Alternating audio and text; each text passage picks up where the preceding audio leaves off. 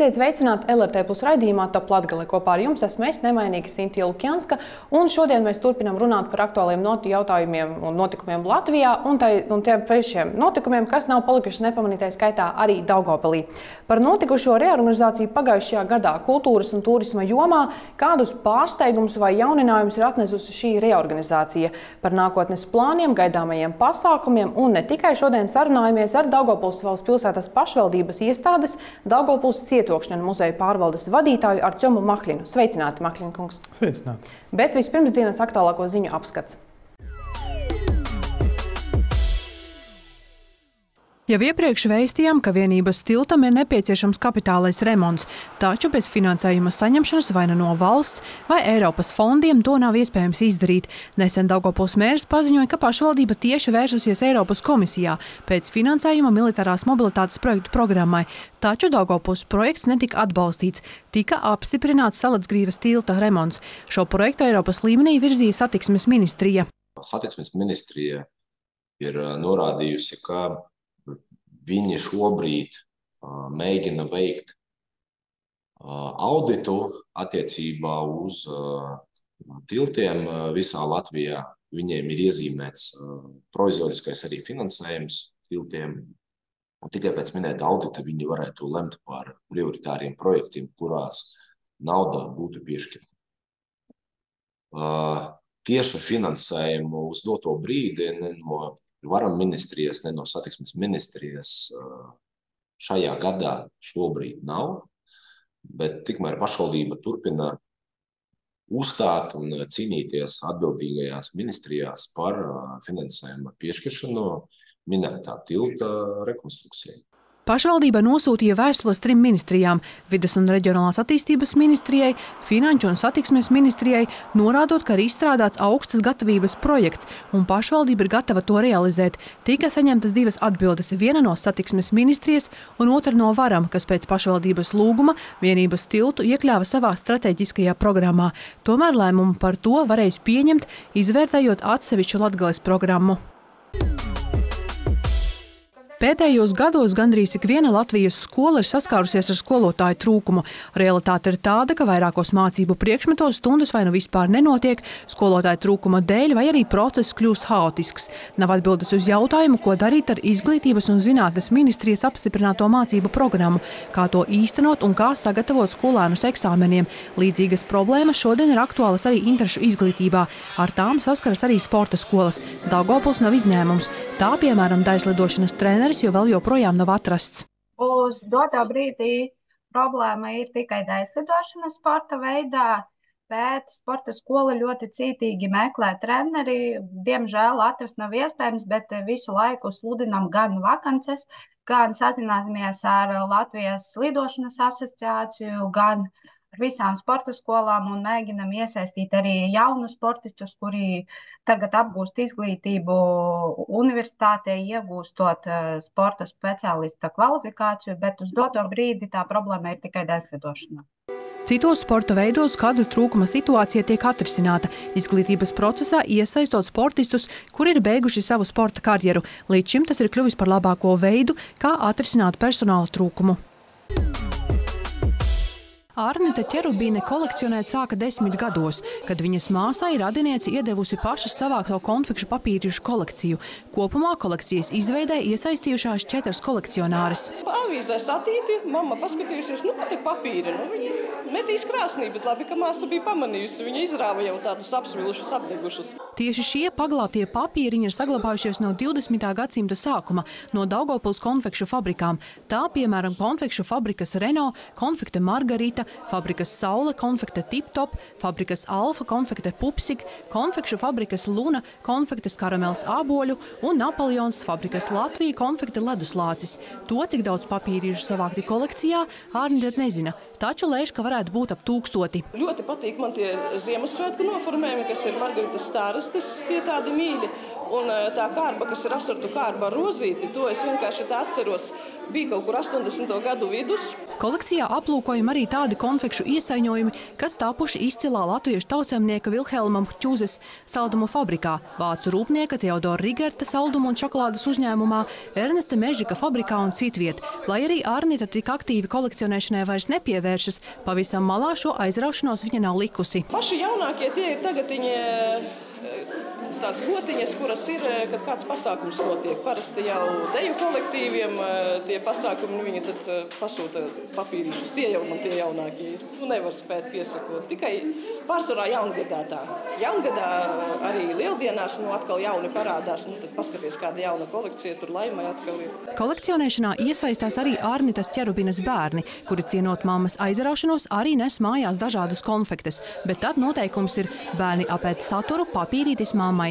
Savukārt izstādes apmeklētāji saka, tā uzjundīja atmiņas vai arī spēja parādīt, kā savulaik ir domājuši mākslinieki. Ļāva atcerēties senus un ne tik senus laikus, bet īpaši tā, laikam, nebūtu korekti kādu īpašu uzteikt, izcelt, jo tas kopums ļoti mākslinieciski ir sakārtots, pārdomāt, un tāpēc arī uz to jāskatās kā tādu apkopojumu. Man viss patika izstāde, cilvēki, bērni. Man šodien ļoti laba pavasara noskaņa. Konfekšu papīriņu kolekcijas izstāde Latgales centrālās bibliotēkas filiālē Jaunbūves bibliotēkā būs skatāma līdz aprīļa beigām. Tad būtībā, kā jau es tikko ieminējos, tad tiešām pagājušā gadā, gandrīz vai pirms 6 mēnešiem notika šī reorganizācija, kad tika izveidota kopīga tāda pārvalde, Daugavpils cietokšņa un muzeja pārvalde. Līdz tam, protams, cietoksnis, inženieru arsenāls, Marka Rotko mākslas centrs bija tādas atsevišķas iestādes, tagad ir hops, viens veselums. Kā tad tagad ir īsti? Īsti tāda viena veseluma varbūt arī nav, jo tā nav vienota kaut kāda iestāde. Katra iestāde palika zināmā mērā neatkarīgā, un mēs paņēmām varbūt vairākas funkcijas no tām iestādēm. Pirmkārt, tā ir saimnieciskā funkcija, līdz ar to iestādes turpina savu varbūt vairāk tā kā radošu dzīvi un vairāk pievēršas tieši saturā un radošiem visam jautājumiem. Tad mēs nodrošinām to tehnisko pusi. Pieskatām gan tehniskas sistēmas, gan ēku stāvokli, gan teritoriju apkārt tām iestādēm un arī, principā, cietoksnē arī kopumā. Un cietokšņu pārvaldē vairāk ir tāda tā kā uzraugošā un koordinējoša iestādē. Ja? Tad mēs vienkārši mēģinām plānot visu mūsu dzīvi un pasākumus kopā, lai tas netraucētu varbūt vienam otram un lai tiešām katras brīvdienas būtu kaut kāds interesants, bet no otras puses, lai tas netraucētu. Ja? Piemēram, ja cietoksnī notiek liels pasākums, lai nebūtu arī kaut kāds tikpat skaists, spožs notikums muzejā, Novadpētniecības muzeja pilsētas centrā, kas varbūt varētu zināmā mērā arī atņemt gan tehniskus resursus, gan varbūt arī tos pašus apmeklētājus, varētu tā kā nozakt un cietēji būsim tad visi mēs. Līdz ar to tā kopēja plānošana citīgā, tā, lai visiem būtu gan ieņēmumi pietiekoši, gan apmeklētāju skaits normāls. Tāds varbūt ir tāds galvenais uzdevums šobrīd. Tad vai mēs varam teikt, ka šī reorganizācija ir sevi attaisnojusi, ka būtībā visas šīs atsevišķās iestādes beidzot ir sākušas sarunāties savā starpā, kad mēs sastādām šo kopīgo pasākumu plānu, un ka tiešām, kā jūs minējāt, tad muzeja pasākumu un cietokšņu pasākumu nepārklājas, respektīvi cilvēkam nav jāraujas uz divām pusēm, lai apmeklētu abus šos pasākumus. Jā, tieši tā, mēs sarunājamies viens ar otru, mēs diskutējam, klausamies viens otru un ieklausāmies viens otrā kaut kādās plānos, bāžās, problēmās un mēģinām to arī risināt. Mums tikai nesen bija apstiprināts arī pašvaldības budžets, tāds pilnvērtīgs, un tikai mēs tagad faktiski varam normāli tā kā izelpot un sākt strādāt normāli. Ja. Jo līdz šim mēs tikai kaut ko plānojām, štātus grozījām un dzīvojam ar kaut kādu pagaidu budžetu. Tad šobrīd mēs redzam, ka vēl palika arī kaut kādas zināmas problēmas. Iespējams, ka tas vairāk ir komunikācijas problēmas, ka varbūt esošie darbinieki varbūt nesaprot to mūsu jaunu kaut kādu sistēmu, varbūt nezinu pilnībā savus jaunus pienākumus. Tas vēl ir mūsu vēl iekšējais darbiņš, mājas darbs, teiksim tā, ja, vēl labāk visiem izskaidrot, kā tad mūsu tā sistēma darbojas. Bet es domāju, ka viss ir atrisināms, ja, un tādu kaut kādu lielu satricinājumu principā nebūs. Ja. Strādāsim tālāk. Gluži kā jūs minējāt, tad attiecīgi, ja šis budžets ir pieņemts pašvaldībā, tad attiecīgi kādi ir uzdevumi šodien izvirzīt Daugavpils cietokšņu muzeja pārvaldē? Laikam svarīgākais tiešām arī tā doma bija optimizēt visus mūsu resursus, jo tomēr katra iestāde ir savā tehniskā bāze, cilvēku resursi, finanšu bāze. Līdz ar to apvienojot tos resursus, mēs varam droši vien arī nepasliktinot esošo pakalpojumu kvalitāti un līmeni, tad izveidot kaut ko jaunu. Un tāpēc tas viens no galvenajiem uzdevumiem ir tieši izveidot jaunus turismu pakalpojumus, lai būtu interesanti pie mums atgriezties un braukt vēl un vēl, un veidot jaunus maksas pakalpojumus, tā, lai arī palielinātos arī mūsu iestāžu ieņēmumi. Ja? Jo tomēr mēs dzīvojam diezgan sarežģītā ekonomiskajā situācijā, un tad uzdevums optimizēt izdevumus, jā, kā jebkurā uzņēmumā, un mēģināt palielināt arī savus ieņēmumus. Jā, mēs esam pazaudējuši zināmo turistu skaitu no mūsu austrumu robežas, teiksim tā, jā. Līdz ar to mums ir vairāk jāstrādā ar mūsu kaimiņiem Lietuvā, kā jaunu mērķu auditoriju, jaunu turismu tirgu, cauri Lietuvu arī ar Poliju. Līdz ar to ir jāveido attiecīgā arī informācija, jātulko visa informācija, tā, lai tiešām mūsu kaimiņiem būtu interesanti un ērti pie mums braukt un atstāt savu naudiņu pie mums. Saprotams, ka jebkurš sākums paredz un ienes jaunas iespējas. Tad kādas iespējas šodien ir gan cietoksnī, gan muzeja pārvaldībā? Kā es jau minēju, tad tie ir mūsu kopējie resursi. Jā, tad, protams, tie budžeti nav salikti vienam aciņā, bet tomēr tie mūsu apvienoti resursi spēj risināt visas problēmas. Iestādēm nekas netraucē veidot savu saturu, tiek plānots darbs uz vairākiem gadiem uz priekšu, jaunas izstādes, un mēs tikai to tehniski arī nodrošinām un atbalstam. Varbūt tas, ko mēs vēl varam kopā izdarīt, ir tāds mērķtiecīgs un pasteigts darbs cietokšņu infrastruktūras sakārtošanā, turisma infrastruktūras sakārtošanā, jo tas nav tā, ka iestādes katra par savu kaut ko ir atbildīga, jā, bet mēs esam ikdienā arī to arī uzraugam cietoksni. Un es ceru, vienkārši kā ar laiku, arī šī gada beigās mēs jau redzēsim, ka nekas nav pasliktinājies, bet arī kaut kas varbūt ir uzlabojies. Un, ja mēs runājam par jūsu kolēģiem, ko saka jūsu kolēģi? Varbūt kāds tomēr saka, kādreiz bija labāk, kad katra iestāde bija pati par sevi, tagad kaut kāds jauns modelis, priekš kam? Kā vispār darbinieki attiecās pret šādu reorganizāciju? Es pateicos saviem kolēģiem, iestāžu vadītājiem, ka viņi tiešām uzturuši ar izpratni varbūt to situāciju, ka tiešām varbūt mēs nevaram dzīvot tā, kā dzīvojam pirms 5 gadiem, tomēr esoša situācija ir daudz sarežģītākā, un viņi palīdzēja iziet cauri šim reorganizācijas procesam. Jā, tomēr vajadzēs samazināt gan vairākas administratīvas vienības, gan varbūt arī tehniskas vienības, bet mēs ar sapni pret to uzturamies. Un mēģinām arī izvērtēt katra darbinieka snieguma. Un galvenais ir, kā mēs esam saglabājuši to radošu kodolu, to cilvēku, kas nodrošina arī to visu saturu. Ja? Un ar visiem spēkiem mēģinām nodrošināt arī to visu tehnisko pusi.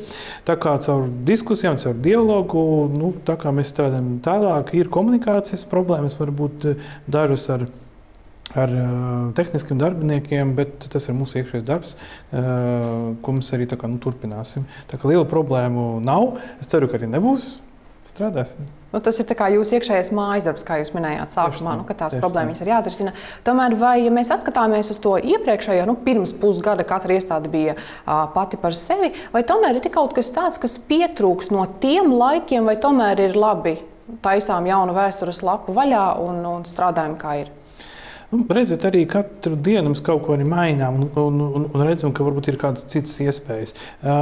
tā, ka bija agrāk, es jau domāju, ka nekad vairs nebūs. Ja? Un tomēr šis ir jauns modelis, paskatīsimies, kas tur ir uzlabojums, bet noteikti agrāk, piemēram, varbūt arī bija tādas domas, ka vispār apvienot visas tās iestādes un likvidēt iestāžu statusu. Ja? Tagad mēs redzam, ka principā tas normāli arī strādā šobrīd. Nekādu tādu kaut kādu lielu izmaiņu pagaidām arī nevajag.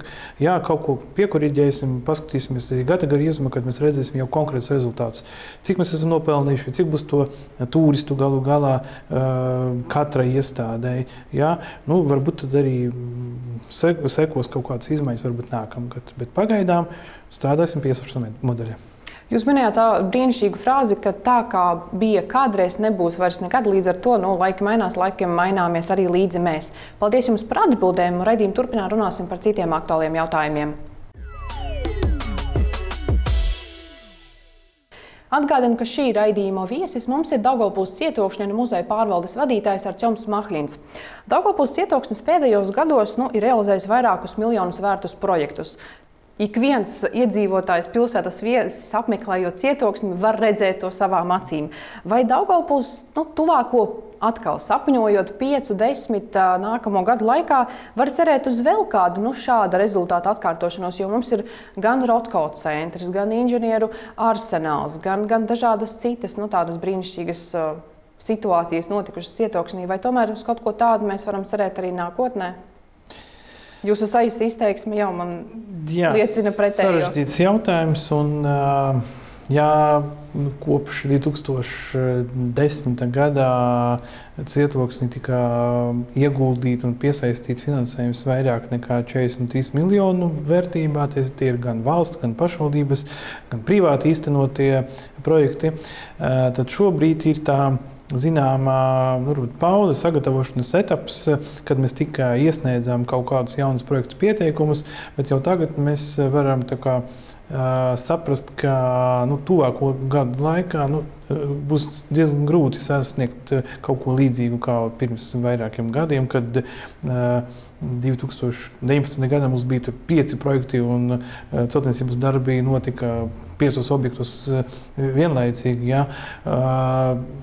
Mēs esam iesnieguši vairākus projektu pieteikumus, strādājam pie jaunām projekta idejām. Šobrīd, piemēram, salīdzinot ar iepriekšējiem gadiem, mums ir pieejama tikai viena pārobežu sadarbības programmā, un tā ir Latvijas-Lietuvas programma.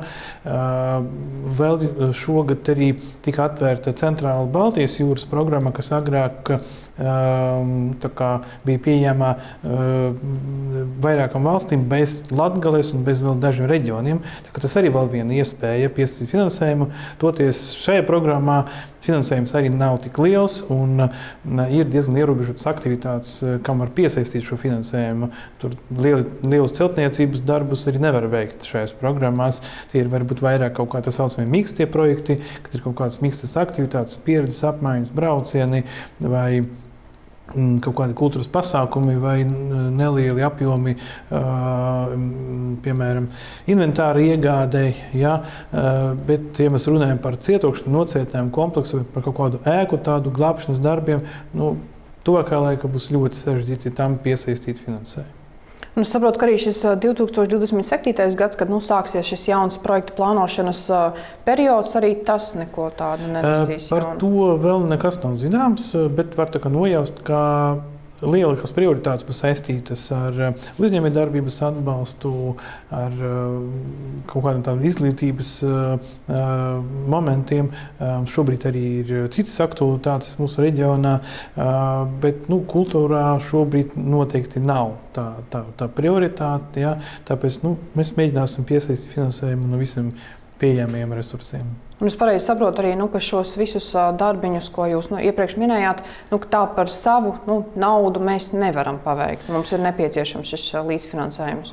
Jā, šī gada budžets diezgan sarežģīts un principā nekādām ekstrām vai kaut kādām tādām lieliem plāniem finansējumā nav. Un izstrādāt būvprojektu kaut kādās ēkas atjaunošanai bez kaut kāda paredzējuma finansējumā arī tā ir faktiski zināmā mēra izšķirdēšana, ja, jo vienkārši tas būvprojekts stāvēs plauktā. Ja. Tad, kad mēs reāli zināsim, ka ir noteikta programma vai finansējums, piemēram, kultūras mantojuma objektiem vai kaut kādi citi sfēri, kurā var mūsu ēkas, piemēram, kaut kāda veida iesaistīt, ja, tad tikai tad mēs arī sāksim strādāt pie šī modeļa, jo savādāk ir sarežģīti. Taču, ja runājam par cietokšņa dārzu, tad zināms, ka vēl pagājušajā gadā, kad tikāmies šeit studijā, jūs mūs tā kā iepriecinājāt, tā kā likās, ka viss būs skaisti. Kā tad izskatās šodien? Pusgads ir pagājis. Kas ir jauns cietokšņa dārzā? Šonedēļ mēs gaidām atbildi no Centrālās finanšu līguma aģentūras, kurā administrē šo projektu, ir mūsu pašvaldības sadarbības partneris. Tad mēs esam iesnieguši projektu pieteikumu, gaidām to izvērtēšanu un noteikti būs jānovērš kaut kādas neprecizitātes vai būs jāiesniedz kaut kāda papildus dokumentācija, bet mēs ļoti ceram, ka gan Avotiņu parka rekonstrukcija, gan cietokšņa dārza rekonstrukcijas projekts iesies cauri un tiks atbalstīti. Paralēli mēs esam uzsākuši iepirkuma procedūru. Faktiski tā jau ir pabeigta šobrīd. Gaidām rezultātus. Iespējams, ka pat ja rezultāts būs negatīvs, mēs vēl paspēsim izsludināt vēlreiz to iepirkuma procedūru. Zinu, ka arī būvuzraudzība jau ir veikta iepirkuma procedūra. Līdz ar to tie vairāki mājas darbi jau ir tā kā izdarīti, paveikti. Un es ļoti ceru, ka tiešām šī gada vasarā mēs varēsim uzsākt. Jo pa vidu vēl būs ziema, tā kā principā līdz ziemai ir jāpaspēj paveikt visus zemes, rakšanas darbus, tie ir inženiertīkli, kas ir jāiemontē, jāiebūvē gan ielapgaismojuma, gan video novērošanai. Tie ir kaut kādi arī avārijas koku izaģēšanas darbi, bet jau nākamgad, principā, tie ir tādi skaistākie darbi, kas ir saistīti ar jauno koku, košumu krūmu un puķu kaut kādu puķu dobu izveidi, stādīšanu. Tā kā, tad ir tāds plāns, ka gads vai pusotras gads ir nepieciešams, lai tikai iztenotu šo dārza ietvienošanas projektu. Būtu ļoti labi, un es centīšos darīt visu, lai tiešām uzsākt šī gada vasarā.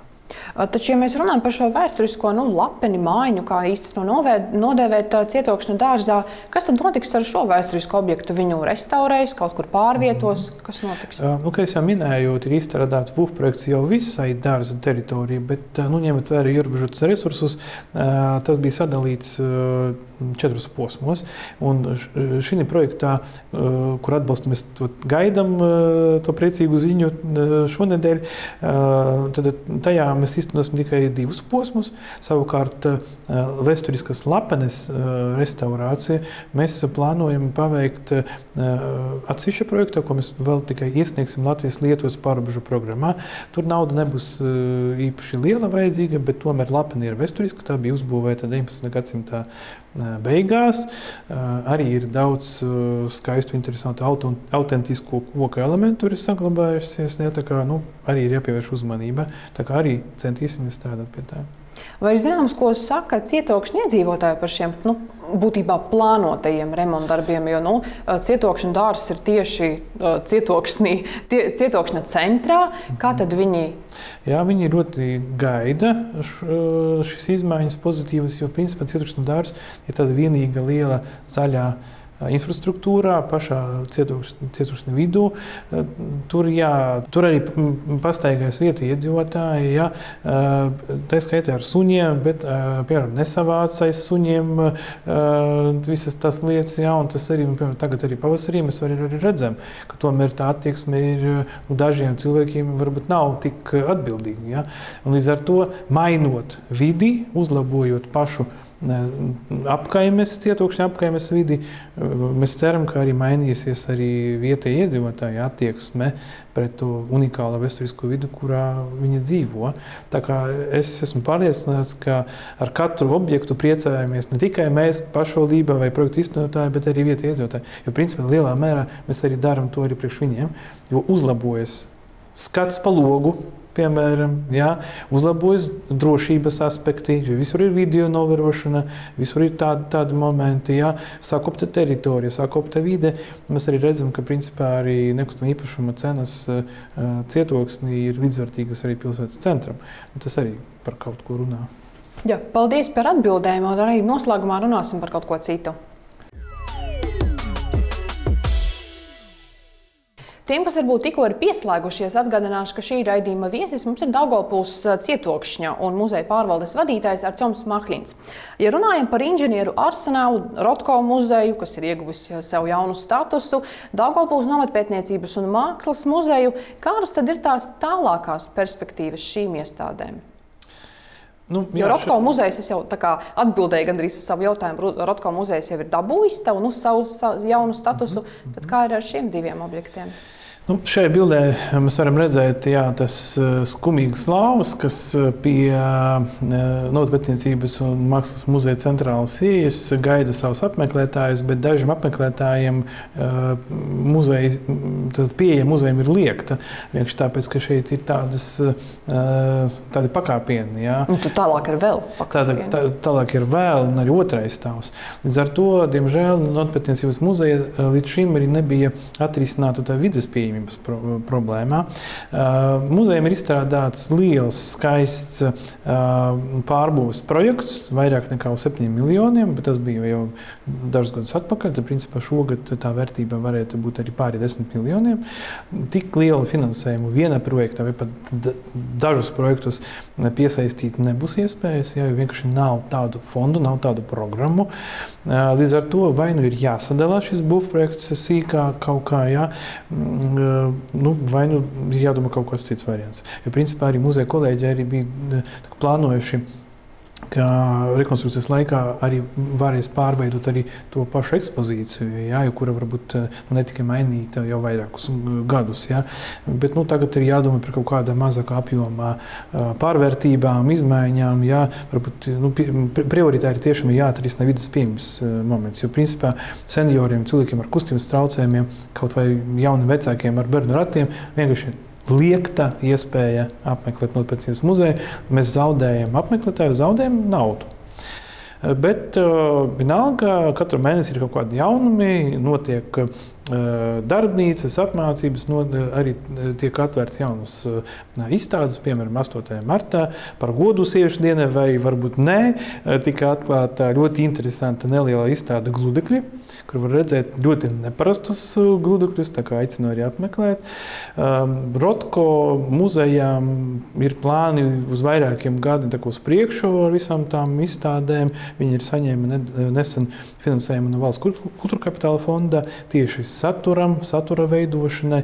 Līdz ar to mēs runājam par to, ka kvalitātē nekāda gadījumā nevajadzētu pazemināties tai kvalitātei.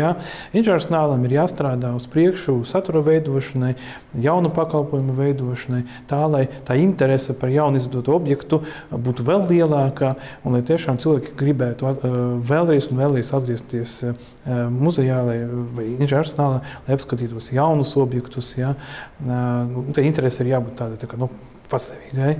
Respektīvi, darbs turpinās šeit. Jā, tieši tā, mēs pie tā arī strādājam. Taču runājam par gaidāmajiem jau pasākumiem, kā redzam, aiz loga ir marts, tūlīt tās būs arī maijs, muzeja nakts. Un, es domāju, ka daļa sabiedrības gaida šo, vai tiešām arī šogad, tad respektīvi jau 7. reizi norisināsies šīs vēstures rekonstrukcijas festivāls Dinaburg 1812. Tad mēs varam sagaidīt 7. reizi muzeja nakts Daugavpilī notiks, kā izskatās ar pasākumu piedāvājumu. Jā, neskatoties uz kaut kādiem finanšu sarežģījumiem, tomēr pamatdarbībai finansējums ir atvēlēts un iespējams, ka varbūt nebūs tik krašņi un tik plaši svinēti visi tie svētki, bet tie tomēr notiks. Un mēs jau tagad sākam strādāt pie muzeja nakts programmas, kā regulāri gan Rotko muzejs, gan inženierarsenāls piedāvās savas ekspozīcijas, dažas, varbūt ne visas, bet dažas, kā vienmēr pavelti, jo šī akcija ir tāda, Eiropā ir tāda tradīcija, kā muzeji vai citi objekti ir pieejami pavelti šajā dienā. Atgādināšu, ka šī gadā Muzeja nakts notiks 18. maijā. Mēs vēl strādājam pie programmas, pie tiem objektiem, kuri būs iesaistīti, bet mēģināsim, lai tiešām tas kultūras piedāvājums būtu interesants. Izgaismot kaut kā neparasti objektus, kaut kādu neparastu izstādi atvert un kaut kā skaisti to visu arī noslēgt pie muzeja ēkas ar kaut kādu vai nu ugunsšovu, vai nu kaut kādu citu priekšnesumu. Tā kā noteikti pasākumi būs, mēs par to informēsim. Vēsturiskās rekonstrukcijas festivāls Dienvidburga 1812, kas ir veltīts notikumiem mūsu reģionā. Tas iemesls, kāpēc vispār tika uzbūvēts Daugavpils cietoksnis, mēs vienmēr arī varbūt atkārtojam vai uzsveram, ka tas nav kara kaut kāda rekonstrukcija, tas ir tas situācijas kara un miedarbība, un mēs vienkārši atgādinām par tiem šausminošiem notikumiem, un ka, protams, tas mūsu ir uzdevums, lai tas nekad neatkārtotos, jā. Bet tā ir vēsture, tā ir bijis, un tas ir vēl viens iemesls, kā mēs aicinām turistus apmeklēt mūsu cietoksnī. Līdz ar to 13. jūlijā gaidām visus festivāla apmeklētājus, tradicionāli gan krāmu tirgus, gan maijaražotāju tirdziņš, kafejnīcas, bērnu atrakcijas, arī kaujas rekonstrukcijā un noslēgumā vakara koncerts ar mūsu Latvijas mūziķiem. Un tomēr, noslēdzot mūsu raidījumu, gribētos uz tādas sapņainas nots. Zināms, ka laikciņu atpakaļ šis Eiropas kultūras galvaspilsētas status mums aizgāja Secen, tas tika Liepājai, taču zināms, ka mums ir cietoksnis. Jūs esat cietokšņa un muzeja pārvaldes vadītājs. Kā tad jūs redzat to cietokšņa perspektīvu nākotnē? Jo tā ir Daugavpils bagātība un tā ir Eiropas bagātība. Nekur citur tāda nav. Jā, un tāpēc es domāju, ka mums ir tiešām jāstrādā ne tikai savā pašvaldībā, ne tikai ar savām iestādēm, bet kaut kā mums vajag iziet arī ārā no sava tā burbuļa, jāstrādā ar Eiropas partneriem, kolēģiem, varbūt paskatīties uz to mūsu mantojumu arī bišku savādāk, no cita skatu punkta. Mēs sadarbojamies ar Kaunas cietoksni, veidojam arī citus kaut kādus projektus, sadarbības projektus ar Eiropas partneriem, lai piesaistītu vairāk uzmanības mūsu mantojumam. Un, es redzu cietoksni, kas ir iekļauts Eiropas turisma maršrutos, kas piesaista uzmanību, kas piesaista apmeklētājus, zinātniekus, vēsturniekus, cietokšņu fanus, ir arī vesela grupa tāda. Bet tomēr jāpaplašina tas mūsu turistu piedāvājuma skaits. Ir jāpaplašina turistu piedāvājuma klases. Mēs arī strādāsim pie vienotas biļetes, lai būtu ērti apmeklēt cietoksni un būtu arī vērts atbraukt arī pēc nedēļas, pēc mēneša, gada griezumā. Līdz ar to ir jābūt daudzveidīgam piedāvājumam visām turistu grupām. Mākslā, tehnika, vēsture, daba. Cietoksnis ir iesaistīts visas šajās jomās un var izpausties visas šajās jomās. Tāpēc strādāsim pie visam šīm vērtībām, lai tas būtu pieejamas mūsu turistiem, apmeklētājiem un pilsētniekiem. Novēlu jums veiksmi darbos. Paldies par sarunu, Makļina kungs. Paldies, ka skatītāji skatieties mūsu šovakar. Uz tikšanos nākamreiz. Visu labu!